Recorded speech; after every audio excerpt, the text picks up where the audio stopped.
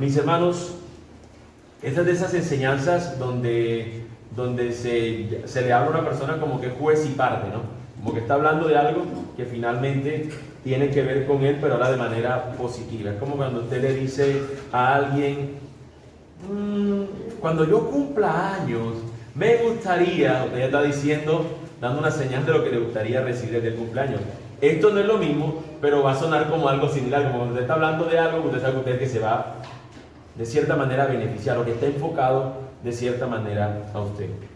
Existe un libro que me regalaron en una conferencia a la que fui hace varios años ya, conferencia en Medellín llamada Muestra a Cristo, y en ese libro tiene por título El libro que tu pastor quiere que leas, pero que no se atreve a pedirte.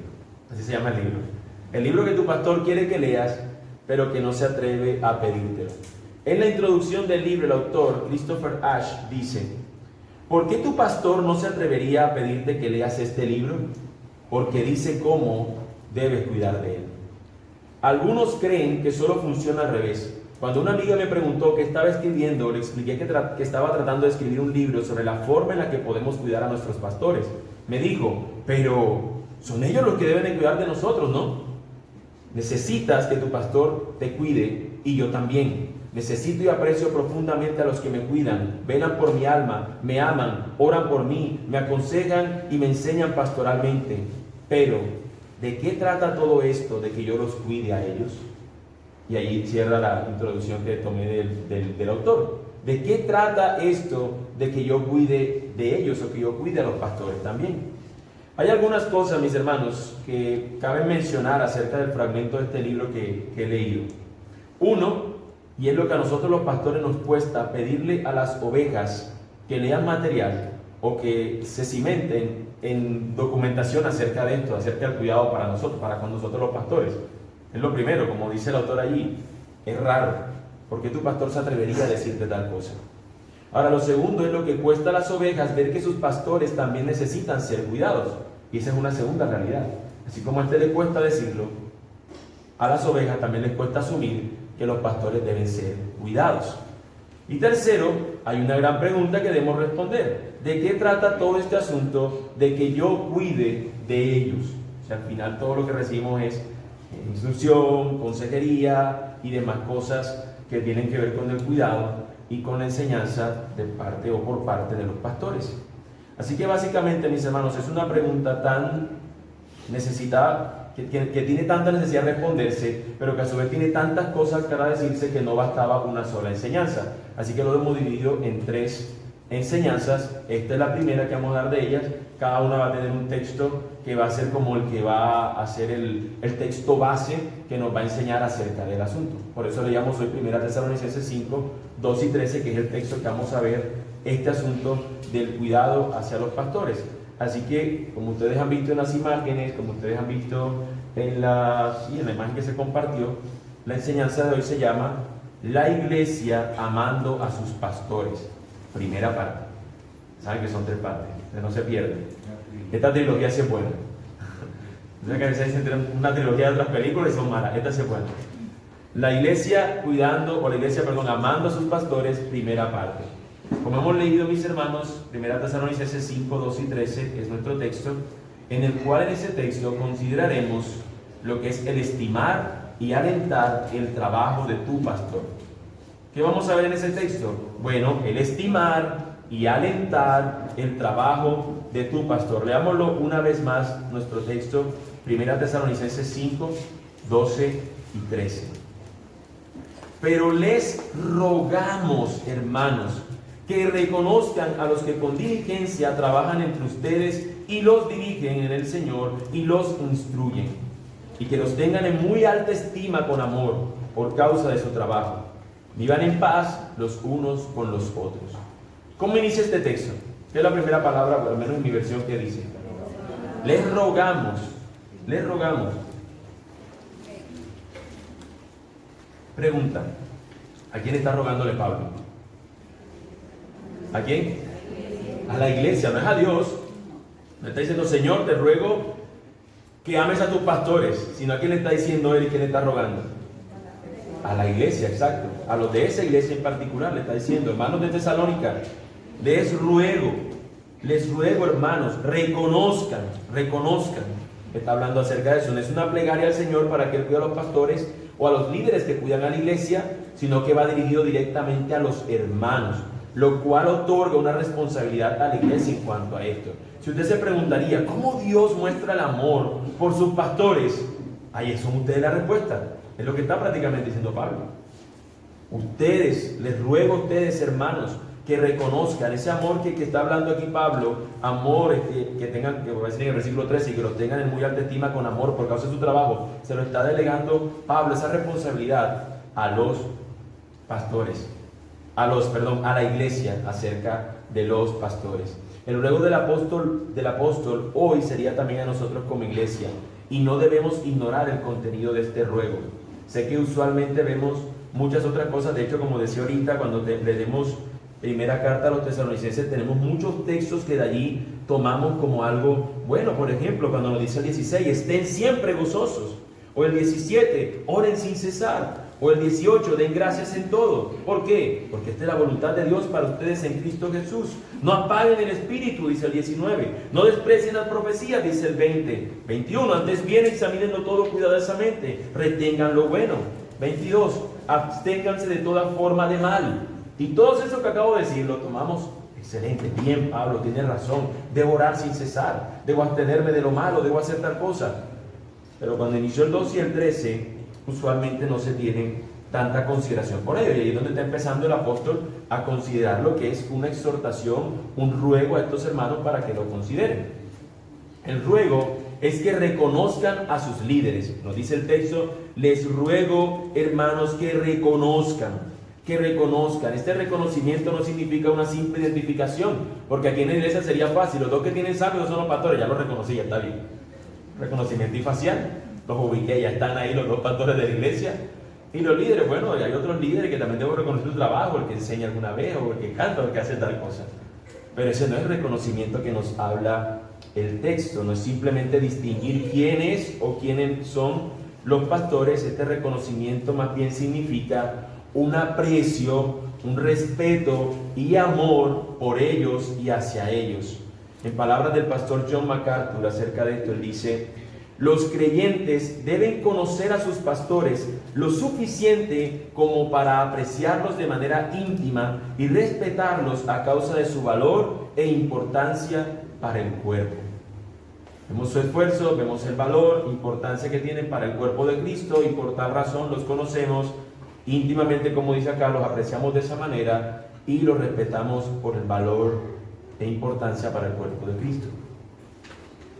Estos hombres que gozan de este reconocimiento lo reciben a causa de la labor que estos hacen por la grey del Señor, y es lo que luego Pablo va a describir. Le está diciendo: les ruego, hermanos, reconozcan a quienes hacen esto y hacen esto entre ustedes. Y es lo que va a seguir el mismo versículo 12 ahí diciendo. Lo primero que nos dice es: a los que con diligencia trabajan entre ustedes. En otra versión lo dice de otra manera. Lo primero que él nos dice: ¿a quiénes debemos nosotros reconocer y amarlo de esta manera? ¿A quiénes son? Bueno, primeramente dice el texto: a los que con diligencia trabajan entre ustedes. También puede traducirse este trabajan con diligencia entre ustedes como trabajan hasta el cansancio. En otras versiones, de hecho, creo que está traducido de esa manera: trabajan hasta el cansancio. Se trata de un hombre que demuestra gran interés por sus hermanos, realizando una gran labor espiritual, exponiendo el evangelio, aplicándolo a situaciones concretas, advirtiendo, amonestando, ayudando, alentando, exhortando conforme a la Escritura. No es que estos líderes son aquellos que trabajan hasta que se les ve el sudor en la frente y ya no pueden más y están cansados. La realidad del texto, lo que nos dice el texto, es que estos son aquellos que incesantemente hacen la labor que les ha encomendado el Señor, y claramente por esta razón sus cuerpos terminan agotándose. Es decir, en el llamado que Dios les ha puesto, lo buscan y lo persiguen hacer y se esfuerzan por hacerlo hasta el nivel de que eso agota, esto cansa. Y no es cansancio de aburrirse, porque nosotros tenemos asociado el cansancio con aburrimiento, cuando uno dice ya estoy cansado, pero que realmente la connotación o el término adecuado debería ser ya estoy aburrido o algo por el estilo, que realmente por eso, cansarse cuando uno hizo una labor que te llevó al cansancio. Eso es, o llegó al agotamiento, que probablemente sea más la palabra que nos ayuda a entender a qué me refiero, hasta sentirse agotado. Estoy agotado. Eso es lo que deberíamos nosotros considerar. Así que a estos hombres que con diligencia trabajan entre ustedes, a esos hombres, iglesia, se te llama a reconocerlos en amor. Es un llamado, se te llama a reconocerlos en amor. Ahora, estos hombres, que son los mismos, dice el texto, en una segunda connotación acerca de ellos, los que los dirigen en el Señor. Los que los dirigen en el Señor. Esto de dirigir al Señor también se puede traducir como supervisan como obispos en el Señor.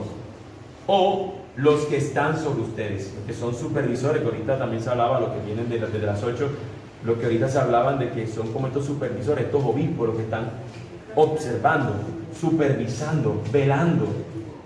Estos que están por encima de, y este significado de por encima de no debe tomarse como esta actitud de autoritarismo donde me estoy por encima de usted, sino como aquella persona que se pone en una posición más alta simplemente para observar con detenimiento las demás cosas. ¿Se entiende? A ese por encima de ese, es un supervisor. Él está en una posición para en esa posición poder observar, como hacen los pastores que se ponen en una posición más alta para estar por encima del rebaño, para velar lo que les está ocurriendo a las demás. Ese es también el llamado pastoral, y por esa razón y por ese servicio es que la iglesia le reconoce en amor a estos hombres, a los que lo dirigen en el Señor, los que están sobre ustedes. Esto literalmente significa los que se paran frente al rebaño para conducirlo en el camino de la justicia. La razón de ser, o lo que hace un pastor cuando exhorta, anima y corrige, no es porque él sea cansón ni porque sea perfecto, es porque conforme a la Escritura, él observa, está viendo en esta posición más alta el camino de justicia, él sabe por dónde tiene que dirigir a estas ovejas para que no se desvíen de donde no tienen, para donde no tienen que ir. Él sabe hacia dónde es el rebaño o los verdes pastos donde se encuentran, porque tiene un pastor que lo está guiando hacia allá, o conoce el camino, porque el pastor de las ovejas que es Cristo hacia allá nos dirige. No es simplemente un capricho del pastor, sino que éste dirige conforme a la Escritura, lo guía. Ellos pueden dirigirlos en el Señor, pues han sido encomendados por Él, llamados por Él, y que poseen las virtudes y calificaciones que provienen de Él. ¿Por qué pueden dirigir estos hombres? Bueno, nosotros vimos cuáles son las calificaciones o las características que debe tener un pastor, y conforme a que él enseña y conforme a que él está sometido a la Escritura, y tiene un carácter que debe evidenciarse, que ya lo estuvimos viendo las semanas anteriores.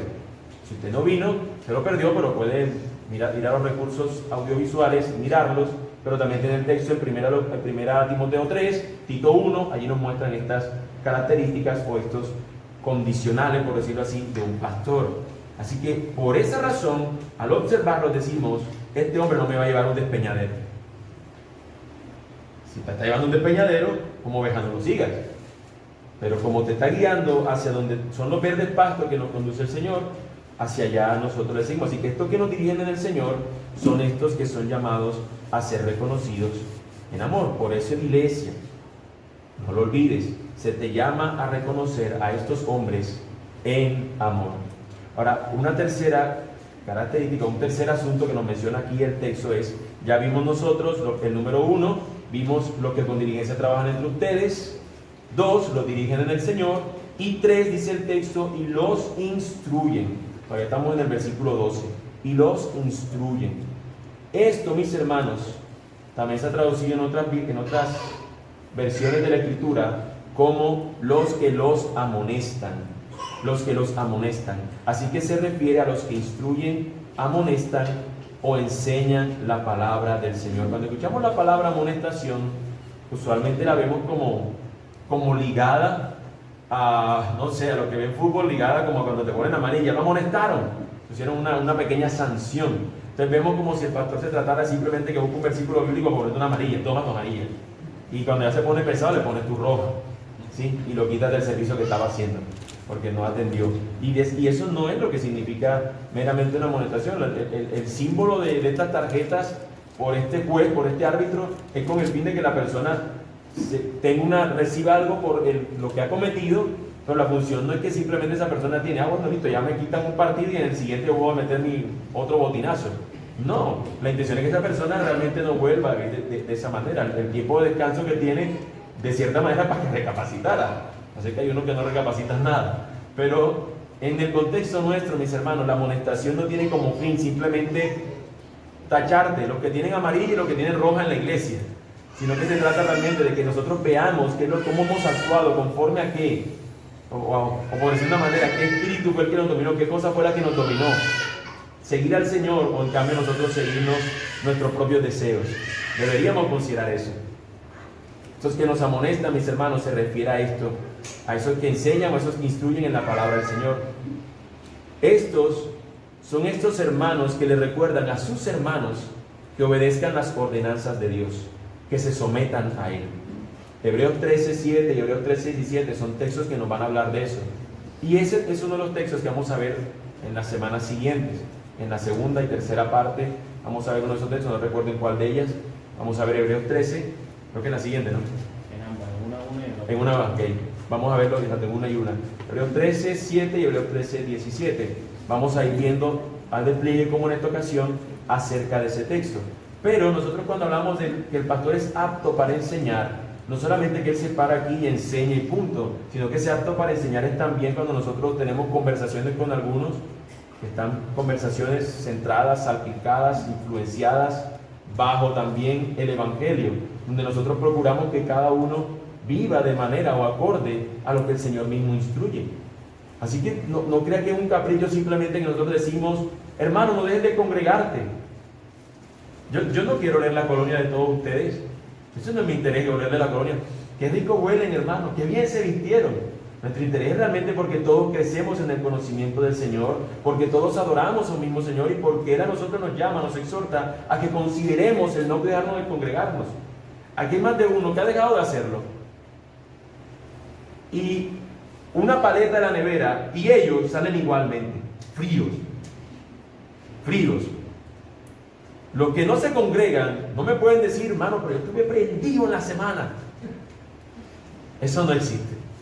Un cristiano que no se congrega es una cosa que no puede ser. Y aquí yo sé que algunos se van a sentir como que me están hablando a mí. No, hermano, yo no tengo la culpa que usted no se haya congregado. La culpa es suya. Yo estoy hablando simplemente de un ejemplo que ya tenía preocupado, porque es una de las cosas que son más fáciles de ver, no dejar de congregarse. Pero aquí podría hablar incluso de temas como, por ejemplo, el no fornicar.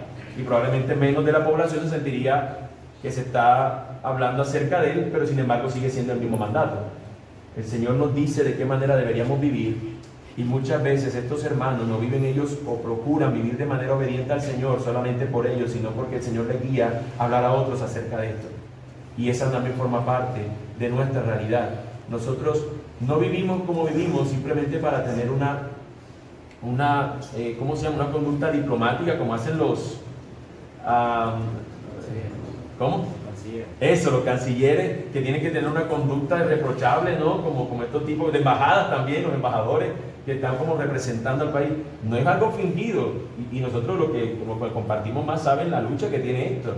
Sabemos que las luchas son de todos, pero el Señor nos ayuda y nos sostiene, y también nos da esta posibilidad para poder modelarlo a otros, porque Cristo nos los enseña y nos dirige a nosotros.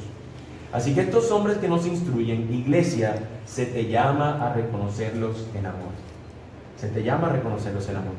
El deber de la Grey no es solamente reconocer a sus pastores en sus labores, como he insistido en hacerlos en amor, sino que el versículo 13 nos dice, y que los tengan en muy alta estima con amor, por causa de su trabajo. Muy alta estima con amor, no es una estima, sino que Él eleva algo para que lo tengamos en consideración y algo siempre presente.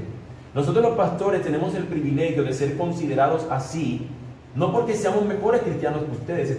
Esta muy alta estima, que nos consideren muy alta estima, no es porque nosotros seamos mejores que cualquiera de ustedes, no es porque el pastor sea mejor, es simplemente por causa de la obra de Cristo que Él les ha encomendado a ellos. El Señor hizo un llamado. Y si usted de pronto dice, pero qué sabroso, mire, el pastor ahora pide o se le pide que a ellos se le tenga una consideración. Mi hermano, y es algo que también quería advertirle a los hombres que tienen este llamado, hermano. El versículo 12 no dice cualquier cosa. esto de instruir, esto de amonestar y este asunto de trabajar con diligencia no es algo sencillo. No es algo que simplemente uno dice, se sienta en una silla y dice, ya, trabajé mis 12 horas del día, mis 8 horas, mis 4 horas, mis 5 horas. Eso no es algo sencillo. Sentarte con alguien y escuchar de su vida y cómo el pecado parece tenerlo derrocado. Y tú tener que ir con el Señor, rogarle al Señor primeramente que te dé sabiduría porque no tienes ni idea qué hacer. Y luego instruir y amonestar y exhortar, como cuando tu niño está enfermo todo el día o toda la semana y tú estás allí detrás de él. No son nuestros hijos, pero quiero compararlo con esa manera, como cuando nosotros nos tenemos que esforzar, trabajar hasta el cansancio y ver cómo el pecado sigue como apoderándose de esa persona y tú llevando con el Evangelio como una lucha por alguien que no eres tú mismo. Porque tenemos una lucha por nosotros mismos y además tienes que ir con el Evangelio a que el Señor por su palabra obra en el corazón de esa persona. No es algo sencillo. Y lo que está diciendo el apóstol es reconociendo el trabajo de ellos, pero también a su vez que la iglesia reconozca en muy alta estima a estas personas con amor. Es un privilegio. Es por causa del trabajo de estos hombres que los hermanos deben amarlos profundamente y estimarlos tanto. Si se han podido dar cuenta, mis hermanos, estos hombres dignos de esta estima no son únicamente los pastores. Ahí el texto nos menciona personas que tienen estas condiciones o que sirven con estas características. Podríamos incluso estar hablando de hermanos que tienen un llamado o que incluso son los que están dirigiendo, liderando algunas de estas cosas sin siquiera tener hoy por hoy el ser ordenado, digamos, al ministerio. Podría tratarse de hermanos que están sirviendo de esta forma, que también merecerían una estima en cuanto a eso. Así que podríamos hablar incluso de los pastores y los candidatos. Nosotros ya tenemos unos hombres ordenados en esta congregación a los cuales podemos apreciar, estimar y reconocer en amor su labor, pero también deberíamos considerar a aquellos que, si nosotros estamos observando dentro de las cosas que hemos visto que se observa en un candidato al ministerio o en un candidato al pastorado, deberíamos considerar a esa persona, también yo debo amarla, también yo debo estimarla en amor, como me dice aquí el texto, reconocerla en amor su labor, por más de que hoy no sea un pastor dentro de la iglesia, pero si te ha servido una persona, también debes considerarla o reconocerla en amor. En palabras una vez más de MacArthur acerca de esto, dice: además de conocer de cerca a sus pastores, las congregaciones deben pensar de manera correcta y amorosa acerca de sus líderes espirituales, no en virtud de su carisma, o personalidad, sino por el hecho de que trabajan para el príncipe de los pastores como sus siervos especiales. Una vez más, aclaro, no se está hablando de que tengamos una diferenciación especial, como que el saco viene que cuando usted se lo pone, usted se transforma. Así como aquella película Jackie Chan del smoking, que se ponía un smoking y daba botinas a todo el mundo, y cuando se lo quitaba no era nadie. No se trata de que esto es una investidura o como pelilla con el manto o algo por el estilo.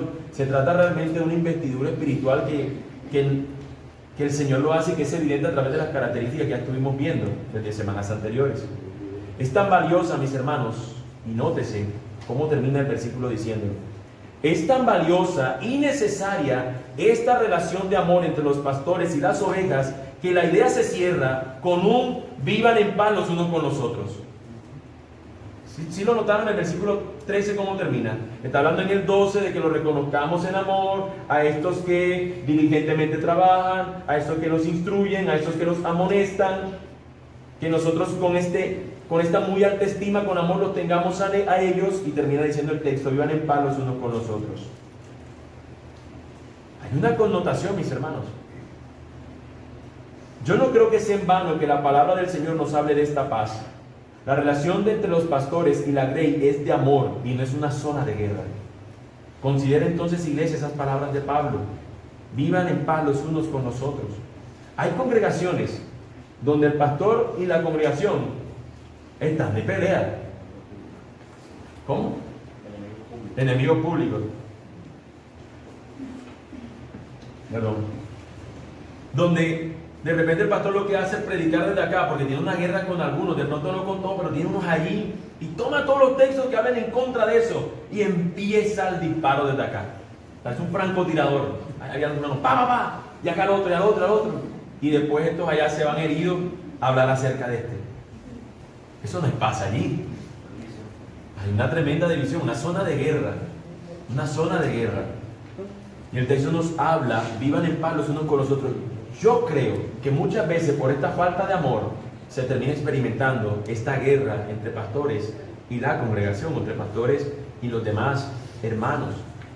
Nosotros deberíamos considerar que no es en vano que el apóstol está poniendo allí esta frase, esta connotación de vivir en paz los unos con los otros, allí seguido a esta exhortación, a este ánimo acerca de los pastores. Como dice un comentarista acerca de esto, tened paz entre vosotros, en conexión con lo que inmediatamente precede. Esto ha de significar, basta de reparos. En lugar de criticar de continuo a los líderes, seguid sus instrucciones, de tal modo que la paz, en este caso ausencia de disensiones, reine. Es decir, que en lugar de estar buscando estos asuntos de hablar de, más bien nosotros lo que debemos considerar es amar a, y el amor, ustedes saben que también nos invita a que seamos sinceros y que podamos hablar acerca de asuntos que nos están causando cualquier tensión entre las personas.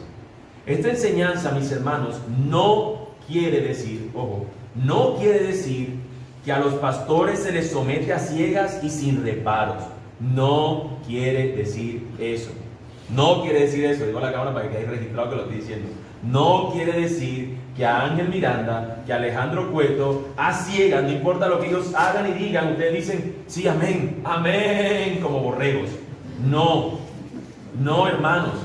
Ustedes ya vieron las características de las semanas anteriores. Vieron lo que tienen que enseñar estas personas. Vieron lo que tienen que decir estas personas. Es con base en eso que al observarlo decimos, me instruyen, me amonestan. Con alta estima yo debo amarlo.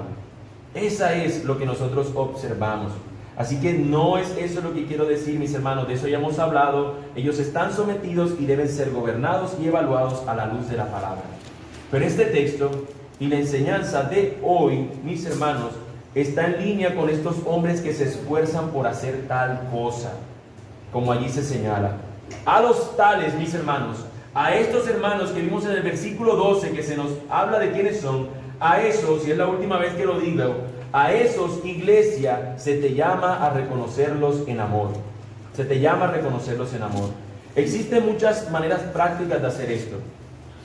Muchos han sido bendecidos por el esfuerzo de los pastores de esta congregación y el agradecimiento ha salido de los labios de esta congregación, por lo cual puedo decir, también hablando por mi hermano, puedo decir que estamos muy agradecidos por las muestras de afecto, por las muestras de amor. Esto no se trata de un reclamo porque no lo estén haciendo. Probablemente algunos no lo hacen de manera pública o con sus palabras, pero sí con sus acciones y con sus agradecimientos. Bueno, cada uno habla y expresa a su manera, ¿no? Es muy distinto cada uno, pero estamos muy agradecidos con ustedes como iglesia. De hecho, somos unos privilegiados de servir como sus pastores. Y esta enseñanza no es un descargo porque no lo están haciendo. Esta enseñanza es porque tenemos que enseñarlo, porque la Biblia nos invita a hacerlo. Sin embargo, también esta enseñanza lleva a que podamos observar nuestra propia conducta.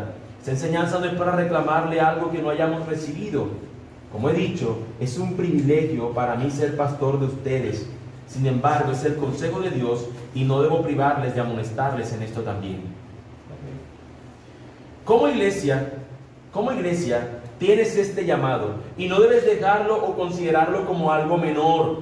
Por el contrario, considera que es una bendición de paz entre nosotros, como dice el mismo texto. Es una bendición de amor, de paz entre nosotros, entre la relación que tenemos los unos con los otros. Así que cada uno de ustedes, individualmente, debe evaluarse en cómo ha expresado tal reconocimiento, pero también como congregación considerar cómo han expresado tal reconocimiento.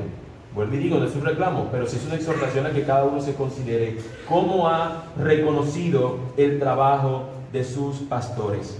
Nosotros los pastores, y a los que nos visitan hoy por primera vez, como dijo ahorita con los del saco, pero no es por reconocer que diga algo como pastor aquí para que nos reconozcan, es la manera como servimos acá y como enseñamos, son Alejandro Cueto y mi persona Ángel Miranda. Como pastores, estamos aquí sirviéndoles, no por este reconocimiento. No servimos porque estamos persiguiendo este reconocimiento. Pero el Señor lo demanda de su iglesia y nosotros sí nos alegramos de poder recibirlo, que es otra cosa. No estamos peleando por él, no servimos por alcanzar eso, pero cuando esto se da, porque el Señor mismo lo invita a que se dé, nosotros lo agradecemos y nos ponemos felices por eso. Y para que lo sepa, que si nos alegra si ustedes hacen eso. Ahora, los candidatos al ministerio, aquellos que sienten o que anhelan el obispado, que el Señor ha puesto ese llamado o que ha hecho ese llamado a ustedes, candidatos no deben anhelar el ministerio porque serán reconocidos. Si eso crees o si ese es tu llamado, por esa razón tú anhelas el ministerio, definitivamente tú no eres llamado, tú vas a ser un sinvergüenza. Así que evita mejor eso, arrepiéntete y deja tirado eso. No te metas en eso. Tal vez puedas enseñar, pero pastor no puede ser si este es tu anhelo. Si el anhelo de reconocimiento es lo que persigues. O tal vez estés luchando sensatamente con ese pecado, hazlo saber para que puedas luchar con ellos sensatamente. Porque evidentemente el orgullo y el privilegio de estar aquí al frente pudiera llevarte a luchar con alguna cosa como la fama y demás, pero es una lucha sensata y debemos luchar con ella diariamente o continuamente, más bien. Así que si ese es tu anhelo, el ministerio y gozar de ciertos privilegios, yo quiero que no olvides el versículo 12. No olvides lo que el texto dice, que es un trabajo arduo hasta el cansancio. Y si no has sido llamado, tú no vas a darle gloria al Señor por ello. Y terminarás sirviendo a la iglesia regañadientes, porque el reconocimiento no viene todo el tiempo. El reconocimiento viene de repente, como cuando uno postea algo en redes sociales y tienes 1000 amigos y solamente 10 te dieron like. Y tú dices, tanto me esfuerzo por este posteo, me escribí tremenda cosa y nada más 10 le dieron like y uno solo lo compartió y uno me escribió que me equivoqué en una tilde. Tremendo reconocimiento. Bueno, si tú, hermano, como candidato, crees que es por reconocimiento que vas a ganar, hermano, no creas que es por eso que se nos llama. Muchas veces el ministerio, y a Dios gracias porque no estamos solos, ni Alejo ni yo, pero de serlo, muchos pastores en la soledad viven todo el tiempo frustrados, cargados y cansados. Por eso este texto muchas veces es ignorado y hace tanto daño al pastor que trabaja solo. El pastor que está solo allí, que necesita de su iglesia, que también ser animado, también ser estimado de mucha manera alta con amor. Agradecemos tu servicio. No sé qué tiempo tienes para estudiar, pero gracias porque trajiste la enseñanza hoy. ¿Usted nunca se ha puesto a pensar que un pastor se puede enfermar y de repente le tocaba el sermón el domingo? Y el pastor no vino hoy porque se sentía mal. Nunca el Señor ha dejado que un domingo aquí se deje de predicar, ni por cansancio ni por ninguna razón. Y eso es una manera de darle gloria al Señor. Y eso nos debe llevar a nosotros a amar. Así que, hermano, candidato al ministerio pastoral, o que tienes ese llamado, no debe ser el reconocimiento tu motivación, debe ser la gloria al Señor por servir a su iglesia, por amar a su esposa, por cuidar de ella, y el reconocimiento el Señor mismo lo dará por medio de ella.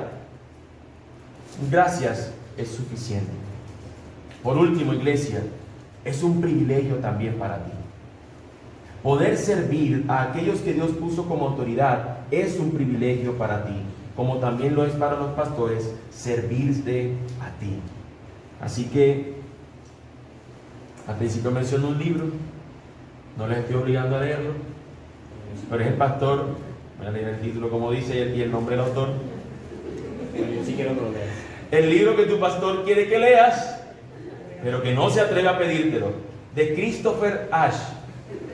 A-S-H. Está en Kindle. Está en Kindle y está en Poema lo tienen el 40% de descuento. Ya tampoco va a poner el libro. Pero sí quiero. Sí quiero que lo lean. Hermanos, se darán cuenta que ahí realmente no pide, es un libro muy interesante, la verdad. Mis hermanos, quisiera para concluir que abramos nuestras Biblias en 1 Corintios 13 para recordar una vez más qué clase de amor el Señor nos llama a nosotros considerar, y después de leerlo oramos. 1 Corintios capítulo 13.